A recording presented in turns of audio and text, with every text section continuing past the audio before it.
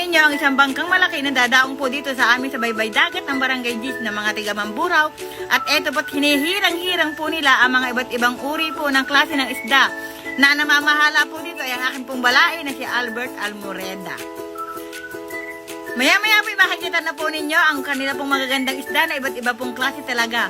At dito po, habang nasa dagat pa po sila, ay ako nga po hirap na hirap dyan pagpunta sa dagat. Pakita ko lamang po sa inyo ang iba't uri ng isda. At heto na po, nasa tabi na po kami na inikilo na po ng anak po ni paring Albert Almoreda ang mga isda po na kinuha po sa bangkang malaki. At para po naman maiba po ang pagka-long for video ko, tingnan nyo naman po ang mga isda, tulingan po at mga sagisin na talaga pong banyera po ang ipakikita ko po sa inyo. Hindi pong magaganda at mga bagong-bago po pa iyan. Ayan po yung tawag dyan na isda pong balika na 3 araw sila sa dagat. Pagkasabit po ng 3 araw, sila po ay babalik at pupunta po rito para po ipagbili ang kanilang isda. Nandiyan po ang mga ang mga naglilista po ng mga isda. At ako po yung nakikisyoso po at ako po humihirang po sa isda nila para po ipakita ko sa long form video nito kung kagagandang isda. Ayan po, tingnan nyo naman talaga at hinihirang po niya ang iba't ibang klase po. May small, may large, may medium.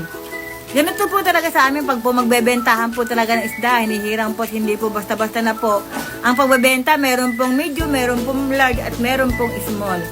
Mga nakikasyoso pong tao at mga kasama po sa bangka, ang dinidiskarga po nila, tulingan na bilog na masarap pong ginataan po dito sa Balayan, Batangas.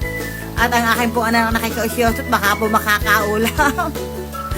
At tingnan niyo po, ang tawag po sa isda ngayon ay sagisihin pula po, na talaga pong lahat ay puro sagisihin. At tulingang magaganda. Hindi ko na po masasabi sa inyo kung ilang pong kilo yan, pero marami po yan, ilang banyera po yan. Basta po, hiniwalay-hiwalay po nila ang tulingan sa tulingan at yung sagisihin sa sagisihin. Meron na pong nagbabantay na po rito na kasa na hindi po yung kasa namin, pero ang amin pong kasa ay umambag po dito ng ilang po lamang kilo, pero meron po silang sinusulungan na isda, kaya hindi po sila pwedeng umambag. May kanya-kanya po kasing isda. May kanya-kanya po kasing sinusulungan ang mga magdalagat dito sa amin.